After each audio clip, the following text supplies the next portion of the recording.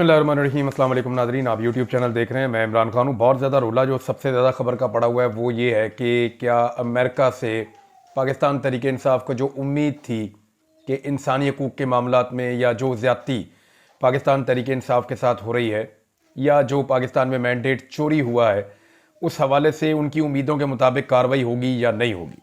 देखिए, ओवरसीज़ पाकिस्तानियों ने इस पर बड़ी मेहनत की है। चाहे अमेरिका है, चाहे यूरोप है, चाहे बरतानिया है, चाहे ऑस्ट्रेलिया है, पूरी दुनिया में ओवरसीज़ पाकिस्तानियों ने बहुत ज़्यादा लॉबिंग की है। अपने सारे वसाइल उन्होंने इस्तेमाल किए हैं और वो बहुत सारी चीज़ों को उन्होंने अचीव भी किया है। ऐसा नहीं है कि पाकिस्तानी हुकूमत जो है वो बिल्कुल पुरसकून है या उन्हें कोई प्रॉब्लम नहीं है। इस वक्त भी जो जो विल्सन काम कर रहा है जिस एक प्रोजेक्ट के ऊपर, और जो विल्सन का अपना एक बिल है जिसको उसने तैयार किया, उसने पाकिस्तान को टाइम दिया कि जी इतने दिनों के अंदर अगर आप ये कर देते हैं तो ठीक है, वरना फिर मैं ये बिल अमेरिका में पेश करूंगा वहाँ पे कांग्रेस में और इसको पास करवाऊंगा। अब उस बिल के अंदर जो है वो आसिम मुनीर, पाकिस्तान के आर्मी चीफ, उनका नाम लिखा हुआ है। तो कुछ ज़रा ये बता रहे हैं कि जो विल्सन को अप्रोच भी किया गया है कि आप जो मर्जी नाम शामिल करें, पाकिस्तान के आर्मी चीफ का नाम शामिल ना करें, क्योंकि माजी में ऐसा कभी हुआ नहीं और ये एक ऐसा इशू है जिसके ऊपर पाकिस्तान की वहाँ पे एम्बेसी को भी और जितने भी वहाँ पे लॉबिंग फर्म्स हायर की जाती हैं उन सबको ये प्रॉब्लम है। अब ऑफ द रिकॉर्ड कुछ इन्फॉर्मेशन मेरे पास पहुंची है, कुछ चीज़ें ऑफ द रिकॉर्ड रखूंगा, कुछ आपके सामने रख दूंगा। दो डेवलपमेंट्स है ना। एक तो ये है कि डोनाल्ड ट्रंप ने शुक्रिया अदा किया, उस शुक्रिया को लेकर बहुत सारे लोग पाकिस्तान में खुश हो गए और उन्हें लगा कि ये बहुत बड़ी कामयाबी हो गई है और हुकूमत ने कुछ सुख का सांस लिया कि उनके ऊपर एक तलवार लटक रही थी, पता नहीं डोनाल्ड ट्रंप उनके साथ क्या करेगा।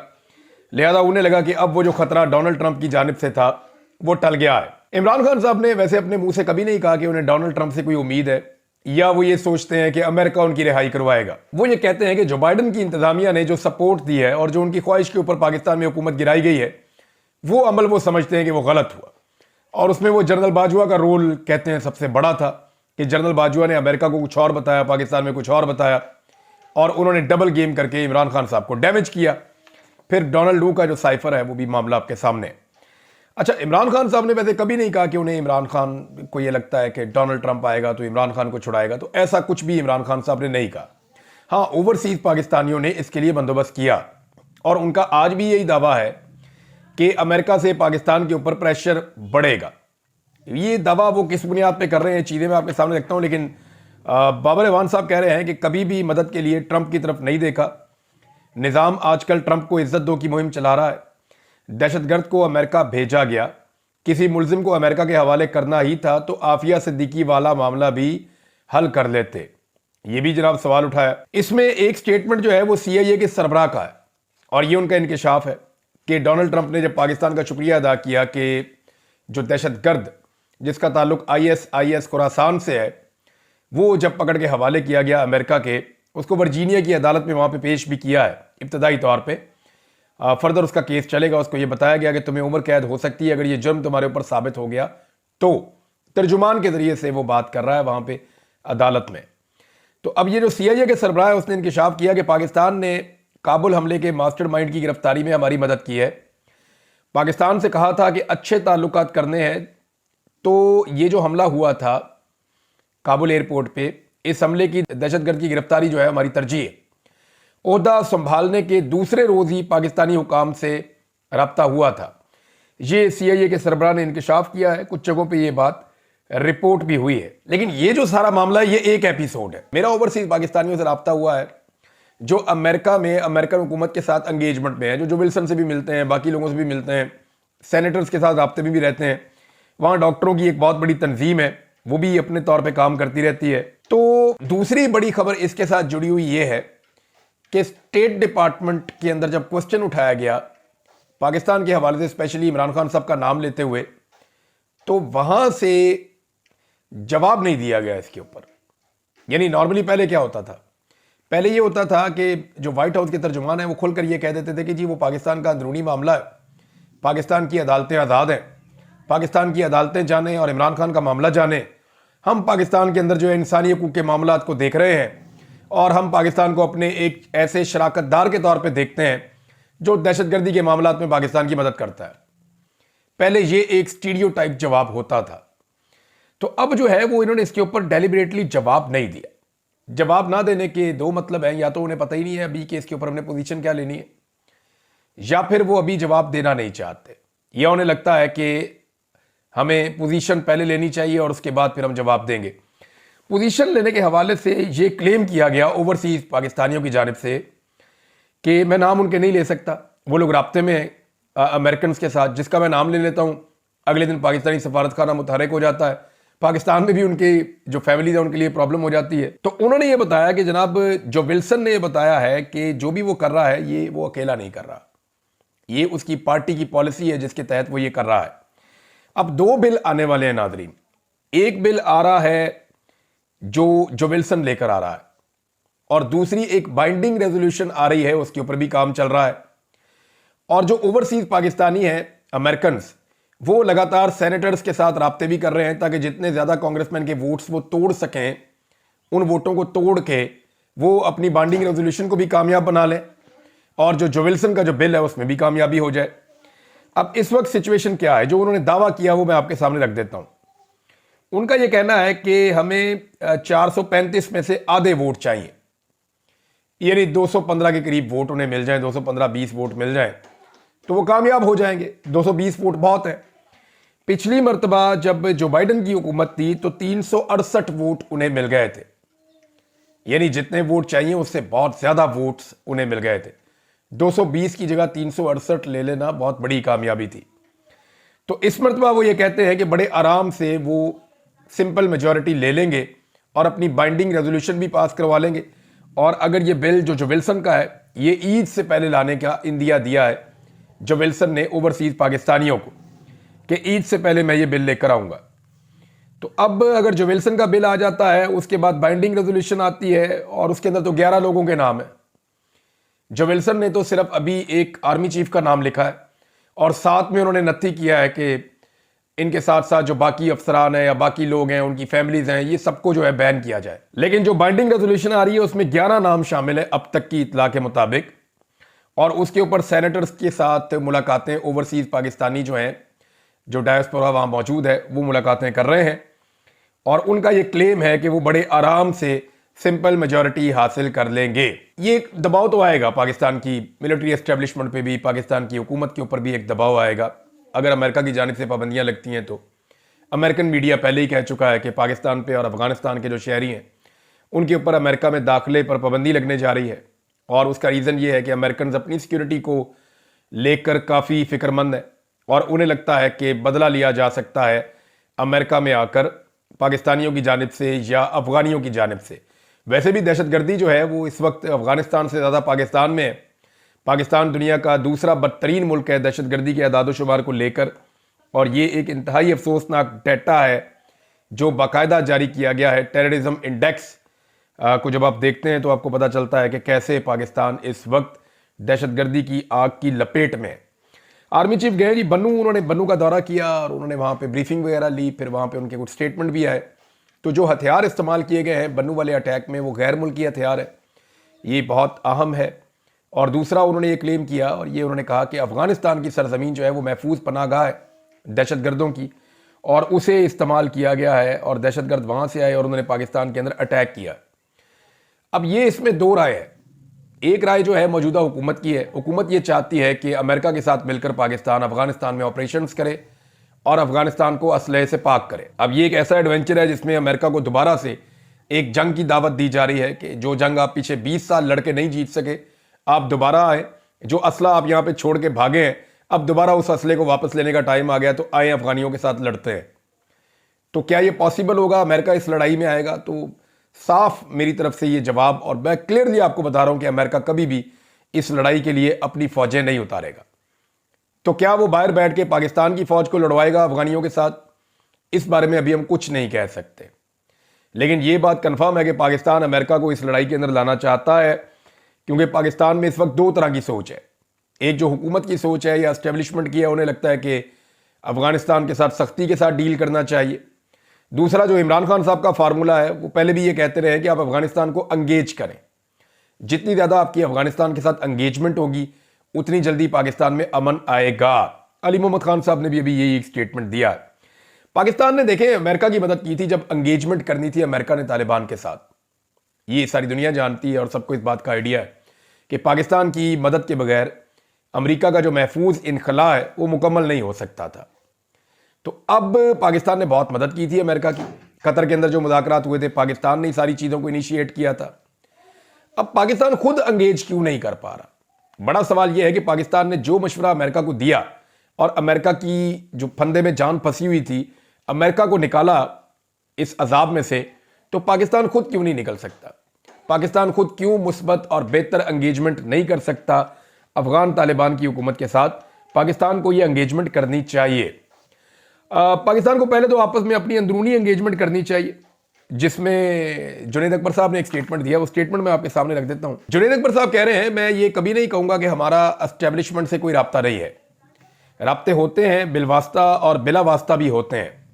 इदारों से राब्तों पर हमें कोई शर्म भी नहीं है, क्योंकि ये हमारे अपने इदारे हैं। अब मामला ये है कि अगर पाकिस्तान तहरीक इंसाफ ने इदारों के साथ राब्ते करने और इदारों को एंगेज करना है, तो फिर सियासतदानों के साथ राब्ते और उनके साथ एंगेजमेंट कैसे होगी? देखिए, दो रास्ते हैं पाकिस्तान के पास आगे बढ़ने के लिए, और मंजिल उनकी एक ही है कि पाकिस्तान में नया इलेक्शन करवाया जाए, और जो नया इलेक्शन पाकिस्तान में हो उसके नतीजे में पाकिस्तान में लोगों का एतमाद बहाल हो, इदारों में और अवाम के अंदर जो एक फासले पैदा हो गए हैं वो फासले ख़त्म हो, ताकि फ्यूचर के अंदर दहशतगर्दी समेत, मईशत समेत तमाम मसाइल का हल किया जा सके। वो शुरू तभी होगा जब पाकिस्तान के अंदर एक फ्री एंड फेयर इलेक्शन होगा।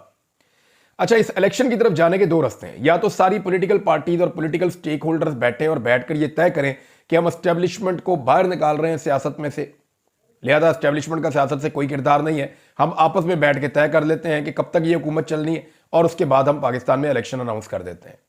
एक तो तरीका ये है। अब अगर ये तरीका नहीं अपनाया जाता, इस तरीके पे आने के लिए जो हुकूमत की जमातें हैं वो डरती हैं, उन्हें खौफ है। बिलावल को लगता है कि उसकी बारी आ सकती है, जरदारी साहब को लगता है कि वो अपने बेटे को अपनी ज़िंदगी में वज़ीर आज़म देखना चाहते हैं, तो यही मौका है और वो उसको वज़ीर आज़म बना सकते हैं। तो अगर ये लोग एंगेजमेंट नहीं करते तो फिर for the sake of country Pakistan Tehreek Insaf को एस्टेब्लिशमेंट के साथ बात करनी पड़ेगी। अब ये पाकिस्तान तहरीक इंसाफ की एक कमज़ोरी आप समझ लें कि वो जब भी एस्टेब्लिशमेंट से बात करते हैं वो बता देते हैं कि जनाब हमारी एस्टेब्लिशमेंट के साथ बात हो रही है, यहां तक बात पहुंच गई है। जबकि शहबाज शरीफ साहब डिक्की पे बैठ गए, लेकिन उन्होंने कोई बात बाहर नहीं निकाली। शहबाज शरीफ साहब के साथियों ने या शहबाज शरीफ साहब ने जितनी एंगेजमेंट की, जब तक कि उन्हें कामयाबी नहीं मिल गई तब तक उन्होंने कोई बात बाहर नहीं निकाली। अब मामला यह है कि एस्टेब्लिशमेंट को अगर एंगेज करके भी सियासत से बाहर धकेल दिया जाए तो ये एक बहुत बड़ी कामयाबी है। यानी जब शहबाज शरीफ साहब मुज़ाकरात कर रहे थे या नवाज शरीफ साहब और उनकी पार्टी जब एंगेजमेंट कर रही थी, जब प्लान बना रहे थे इमरान खान साहब की हुकूमत को गिराने का, तो उस प्लान के अंदर एस्टेब्लिशमेंट को सियासत से बाहर निकालना कहीं शामिल नहीं था। बल्कि हुआ यह कि उस प्लान के नतीजे में एस्टेब्लिशमेंट सियासत के अंदर ज़्यादा धंसती चली गई, और अब सूरत हाल ये है कि पाकिस्तान की हर अहम पोजीशन के ऊपर फौज बैठी हुई है और मिलिट्री एस्टेब्लिशमेंट को पूरी तरह से एंगेज कर दिया गया है। यानी सिंपल अगर हम ये कहें कि वज़रा खुद मानते हैं, हम क्या कहें। राणा सनाउल्लाह साहब बता रहे हैं कि जी हम तो लाए नहीं परवेज़ खट्टक को। मोहसिन नकवी भी हमारा आदमी नहीं है, जिनका आदमी आप जानते हैं। फैसल वाडा का ताल्लुक इस कबीले से आप जानते हैं। तो इस हुकूमत के अंदर बहुत सारे ऐसे एलिमेंट हैं, वजीर खजाना समेत, जिनका मौजूदा हुकूमत के साथ ताल्लुक नहीं है या सियासी जमातों के साथ ताल्लुक नहीं है, वो एस्टेब्लिशमेंट के नुमाइंदे हैं। तो बिलवास्ता तौर पर पीछे बैठ के एस्टेब्लिशमेंट ही इस निज़ाम को चला रही है। तो एस्टेब्लिशमेंट को एंगेज करके अगर उनको सियासत से बाहर निकाला जा सके तो इससे बेहतर तो कुछ नहीं हो सकता।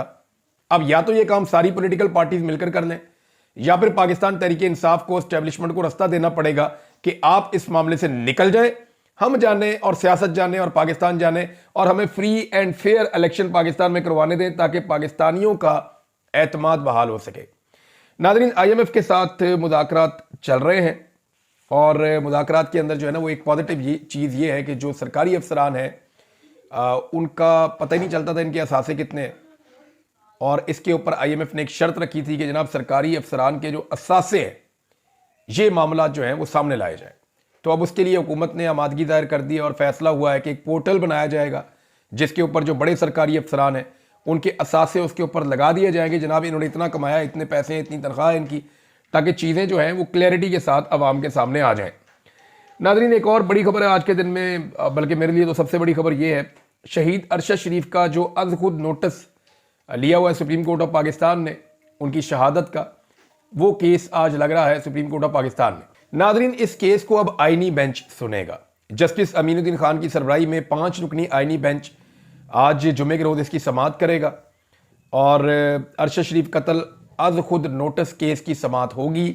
इसमें जमाल खान मंदोखेल साहब, जस्टिस मोहम्मद अली मदर साहब बेंच में शामिल हैं, नईम अख्तर अफगान साहब भी शामिल हैं, जस्टिस हसन अजहर रिजवी साहब भी और जस्टिस शाहिद बिलाल साहब भी इस बेंच का हिस्सा है। तो अरशद शरीफ साहब की जो शहादत है, शहीद अरशद शरीफ की, हम तो इसके ऊपर उम्मीद रखते हैं कि आज नहीं तो कल इंसाफ होगा। सबसे पहली चीज़ जो देखने वाली है, सुप्रीम कोर्ट ऑफ पाकिस्तान अगर कुछ देखना चाहती है तो वो ये देखे कि अरशद शरीफ पर 1.5-2 दर्जन मुकदमात किसने किए थे। यानी एक साथ इतने सारे मुकदमात कर दिए गए, फिर उनके लिए ज़मीन तंग कर दी गई, फिर उनसे उनकी नौकरी छीन ली गई, फिर उन्हें इतना मजबूर किया गया कि वो पाकिस्तान से बाहर चले गए, फिर जिस मुल्क में वो गए वहाँ से भी उन्हें निकलवा दिया गया, फिर एक तीसरे मुल्क में जहाँ पे वो मौजूद थे वहाँ उन्हें कत्ल करवा दिया गया। और उस मुल्क के अंदर अदालतें ये कह रही हैं कि ये गलती नहीं हुई, इस आदमी को डेलिबरेटली टारगेट करके कत्ल किया गया है। तो अब ये जो शहादत है, इसके ऊपर सुप्रीम कोर्ट ऑफ पाकिस्तान के सामने बहुत सारी चीज़ें आ चुकी हैं। ये निज़ाम का कसूर है। आज भी बहुत सारे सहाफ़ी जो हैं वो पाकिस्तान में मौजूद नहीं है, उनमें से एक मैं भी हूँ। मुझे लगा मुझे कत्ल कर दिया जाएगा तो फिर मैंने पाकिस्तान को छोड़ दिया। इसी तरह साबिर शाकिर साहब हैं, मुईद पीरज़ादा साहब हैं, वजाहत खान साहब हैं, अहमद दुरानी साहब हैं और बहुत सारे जर्नलिस्ट हैं जो पाकिस्तान में नहीं रह सकते। शाहिद असलम साहब हैं हमारे, वो पाकिस्तान ना जा सकते हैं ना वहाँ पे रह सकते हैं, उन्हें विक्टिमाइज किया जाता है। लिहाजा ये जो कुछ भी हो रहा है पाकिस्तानी सहाफ़ियों के साथ, इस सिलसिले को रुकना चाहिए। अगर बंद बांधना है तो सुप्रीम कोर्ट ऑफ पाकिस्तान ऐसा कर सकती है। और मैं बतौर सहाफ़ी, क्योंकि मैं सेम हालात से गुजर रहा हूँ, मैं सुप्रीम कोर्ट ऑफ पाकिस्तान के साथ हर तरह की मावनत करने के लिए तैयार हूँ। वो जब कहेंगे मैं हर तरह की मावनत के लिए हाजिर हूँ। नादरीन, क्योंकि बार बार बात होती है नए इलेक्शंस की, तो फिर नया इलेक्शन कमिश्नर भी आना चाहिए, क्योंकि पिछला जो इलेक्शन कमिश्नर है, चीफ इलेक्शन कमिश्नर ने जो कुछ किया, जो उनके कारनामे हैं, वो पूरी दुनिया के सामने है। कैसे उन्होंने एक पॉलिटिकल पार्टी से इंतखाबी निशान छीन लिया, कैसे उनके दफातर के बाहर जो है वो पॉलिटिकल पार्टी के जो लोग आते थे कागजात नामजदगी जमा करवाने के लिए, उनसे कागजात नामजदगी छीन लिए जाते थे। कैसे उन्होंने बिल्कुल लेवल प्लेइंग फील्ड दिया ही नहीं, कैसे इतने बड़े पैमाने के ऊपर जो है कागजात नामजदगी मुस्तरद किए गए और सेकंड और थर्ड चॉइस जो है पाकिस्तान तहरीक इंसाफ की, उनको अजीबोगरीब किस्म के इंतखाबी निशानों के साथ छोड़ा गया मैदान में। कैसे एक एक घर के जो वोटर्स हैं उनको 2-2, 3-3 शहरों में फैला दिया गया कि एक वोटर बेचारा वोट डालने जा रहा है 50 किलोमीटर इधर, उसी घर का दूसरा बंदा 50 किलोमीटर इधर, उसी घर का तीसरा बंदा 50 किलोमीटर उधर जा रहा है। यानी जानबूझ के लोगों को इतना परेशान किया ताकि लोग वोट ना डाल सकें। जो इलेक्शन कमीशन का रोल था वो बहुत ही बदतरीन था। इसके बारे में आलमी कुछ जो इदारे हैं उनकी रिपोर्टें भी मौजूद हैं और वो ये बताते हैं कि पाकिस्तान की तारीख का बदतरीन इलेक्शन सिकंदर सुल्तान राजा साहब ने करवाया। तो 2 माह पहले उनकी मुद्दत मुलाजमत ख़त्म हो गई है और इस वक्त पाकिस्तान तहरीक इंसाफ ये कह रही है कि नया चीफ इलेक्शन कमिश्नर जो है वो तैनात किया जाए और उसका अमल शुरू किया जाए। शहबाज शरीफ साहब जो है वो इस तैनाती के अमल को क्यों रोक रहे हैं? उन्हें इसको नहीं रोकना चाहिए। वज़ीर आज़म शहबाज शरीफ और इत्तेहादी आइन की पामाली और बेतौकीरी करने पर तुले हुए हैं। अच्छा, इससे पहले जो है वो हुकूमत की जानिब से कुछ नामों पे गौर हो रहा था और वो नाम सामने आ रहे थे। तो काजी फायद ईसा साहब का नाम आ रहा था। ये तो इंतहाई अफसोसनाक बल्कि पाकिस्तान के लिए बदकिस्मती होगी अगर काजी फायद ईसा जैसा आदमी जो बुग़्ज़ से भरा हुआ है और एक पॉलिटिकल पार्टी से शदीद नफरत करता है, तो वो कैसे पाकिस्तान में फ्री एंड फेयर इलेक्शन करवा सकता है। फिर 2 नाम और भी थे, एक नासरुल मुल्क साहब जो हैं रिटायर जज हैं सुप्रीम कोर्ट के, उनका, और एक तसद्दुक जिलानी साहब, इन 2 लोगों के नाम भी आ रहे थे। तो अब देखते हैं कि कौन सा नाम फाइनल होता है। अपोजिशन अपने नाम देगी, हुकूमत अपने नाम देगी और उनमें से एक नाम फाइनल किया जाएगा। नादरीन, इंटरनेशनल ह्यूमन राइट्स का भी स्टेटमेंट आया है पाकिस्तान के अंदर सूरत हाल को लेकर। इंटरनेशनल ह्यूमन राइट्स फाउंडेशन ने पाकिस्तान के फैसला साजों के सामने अहम तरीन मुतालबात रखे हैं और जो मुतालबात हैं वो मैं आपके सामने रख देता हूँ। पहला मुतालबा यह है इमरान खान को फिलफोर रिहा किया जाए। दूसरा मुतालबा अरशद शरीफ के कत्ल की फौरी तहकीकात करवाई जाए। तीसरा मुतालबा पुरअमन एहतजाज का हक दिया जाए। चौथा, मीडिया को आज़ादी दी जाए। पांचवां, आज़ादी इज़हार राय होना चाहिए। और छठा, लापता अफराद को फौरी तौर पर बाजियाब करवाया जाए। ये 6 ऐसे मुतालबात हैं, अगर इन पे अमल दरामद हो जाए ना पाकिस्तान में, तो पाकिस्तान ट्रैक के ऊपर चढ़ जाएगा। यानी पाकिस्तान के पास और कोई ऑप्शन ही नहीं है ना। आपको रूल ऑफ लॉ चाहिए, आपको फ्रीडम ऑफ स्पीच चाहिए, आपको जो है वो इंसानी हकूक़ की पामालियाँ ख़त्म करनी है, पब्लिक के मैंडेट का एहतराम करना। ये चीज़ें आप पाकिस्तान में करें। पाकिस्तान जितने मसाइल में घिरा हुआ है उनमें से निकल जाएगा। एक डाटा मैं आपके सामने नाज़रीन रख देता हूं कि पाकिस्तान ने कितना कर्जा लिया है। ये जो हुकूमत है इसने बजट के बाद से जुलाई से लेकर अब तक कितना कर्जा लिया है। 7 महीनों में इन्होंने जो कर्जा लिया है वो रिकॉर्ड है। इस वक्त पाकिस्तान का जो कर्जा है 72,000 अरब तक, उससे ऊपर तक पहुंच गया है। और 7 महीनों में 3,209 अरब रुपए का इन्होंने कर्जा लिया है। ये रोजाना की बुनियाद पे 15 से 16 अरब रुपए बनते हैं। यानी ये वफाकी हुकूमत रोजाना 15 से 16 अरब रुपया कर्जा ले रही है। फेडरल गवर्नमेंट की बात कर रहा हूं मैं आपको, सिर्फ सूबाई हुकूमतों की बात नहीं कर रहा। 15 से 16 अरब रुपया रोजाना फेडरल गवर्नमेंट, 27 किलोमीटर खर्चा अन्य वाह इनका चल रहा है। जनवरी के महीने में इन्होंने सिर्फ जो है वो 476 अरब रुपया कर्जा लिया है। तो अब तक इन्होंने कर्जों के तमाम रिकॉर्ड तोड़ दिए हैं और ये कर्जा पाकिस्तानी कौम ने वापस करना है। अब तक के लिए इतना ही। अपना ख्याल रखिएगा, अपने इस चैनल का भी। अल्लाह हाफिज।